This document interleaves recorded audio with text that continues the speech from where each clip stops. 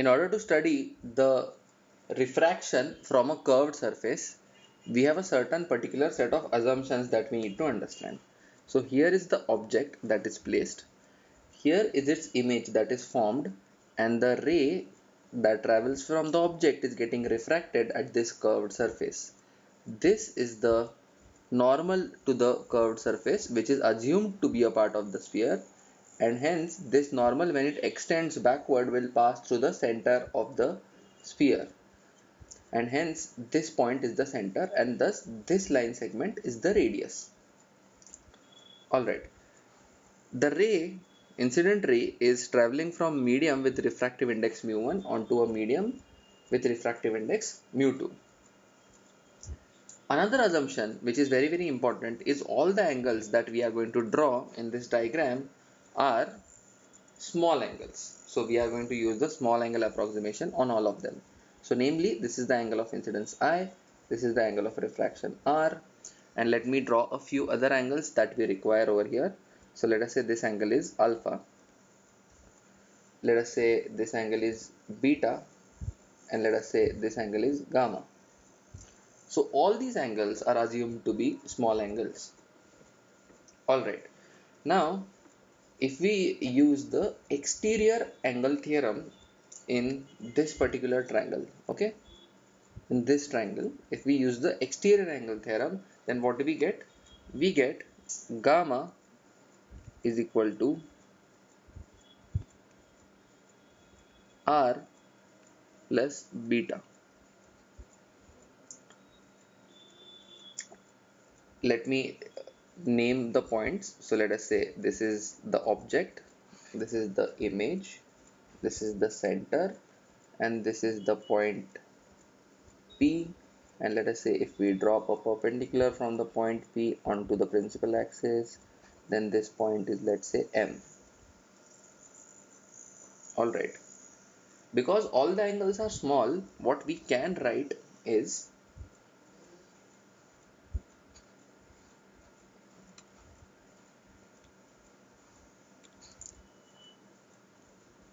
alpha, which is the same as tan alpha because alpha is small. Alpha is going to be given as Pm divided by this distance, but this distance is nothing but u. Okay, u is the object distance. This distance is nothing but r, which is mc, and this particular distance is nothing but v. So alpha is Pm upon u. So even though u is technically till this point, see this particular segment has minimalistic to nil length, so it is infinitesimally small, and hence we can ignore the length of this segment. So the point m dash is the same as the point m according to us. So alpha is equal to Pm upon u. About beta, what can we write? Beta happens to be equal to Pm upon v. And what about gamma? Gamma happens to be, again, so we are assuming that tan of any angle here in this diagram, tan theta, is approximately going to be equal to theta in radians basically. So gamma is going to be equal to Pm upon r. Gamma will be equal to Pm upon r. So these are the three things that we note. We also know that gamma is equal to small r plus beta, the small angle r plus the angle beta. So that is gamma according to the exterior angle theorem applied on triangle PCI. So we understand this. Now we can also apply the exterior angle theorem on triangle POC. And what do we get? We get I to be equal to alpha plus gamma. So we get I is equal to alpha plus gamma. So that means I is equal to alpha plus r plus beta. Alright.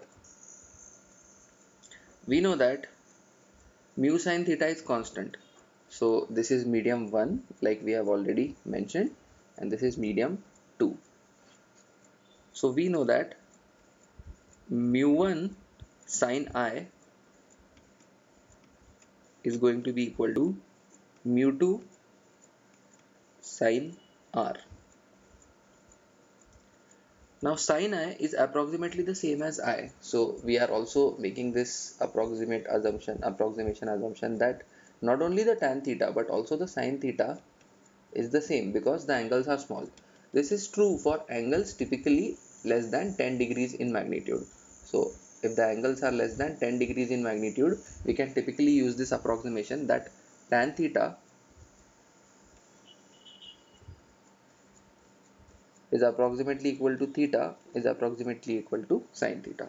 So now here we can use the approximation and say mu1 into I is equal to mu2 into R.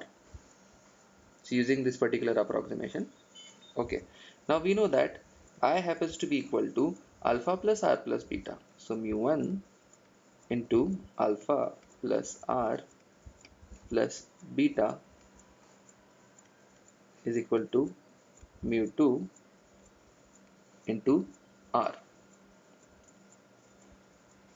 Now we would like to find out the relationship in terms of u, v, radius of curvature, so on and so forth. So here we substitute alpha as pm upon u, beta as pm upon v, and gamma as pm upon capital R. Okay, so that means mu1 pm upon u plus small r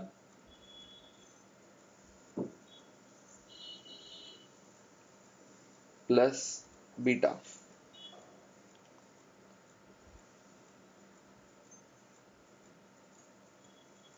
Beta is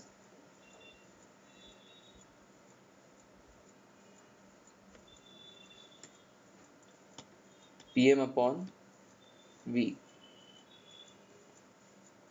is equal to mu2 into small r. But now small r can be, we know that small r can be written as small r is equal to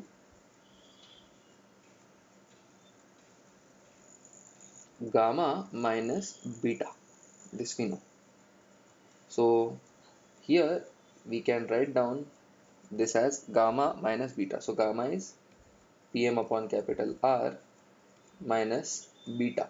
Beta happens to be equal to pm upon v. So now this pm upon v will get cancelled from over here and we'll be left with an equation which looks like mu1 pm upon u plus pm upon r is equal to, here also if we substitute the same, we'll get mu2 pm upon r minus pm upon v, because this small r can be written as pm upon r, which is gamma, minus pm upon v. So that implies, after cancelling pm, mu1 upon v plus mu1 upon r is equal to mu2 upon r minus mu2 upon v. Oh, it's mu1 upon u. Right over here, it's mu1 upon u. Alright, therefore, mu2 upon v plus mu1 upon u is equal to mu2 minus mu1 upon r.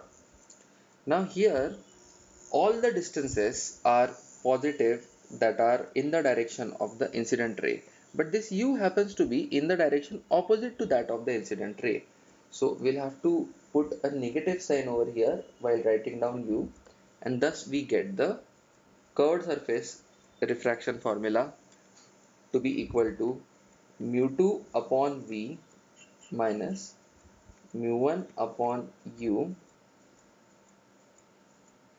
is equal to mu2 minus mu1 upon r. So this is the final form of the formula. Mu2 by v minus mu1 by u is equal to mu2 minus mu1 upon r. Now herein we have taken u to be negative because u is measured from the pole in the sense opposite to that of the incident ray.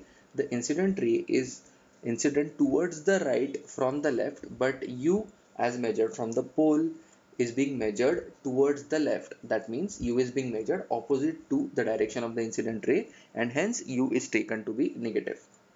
So this is the final formula. Mu2 by v minus mu1 by u is equal to mu2 minus mu1 by r.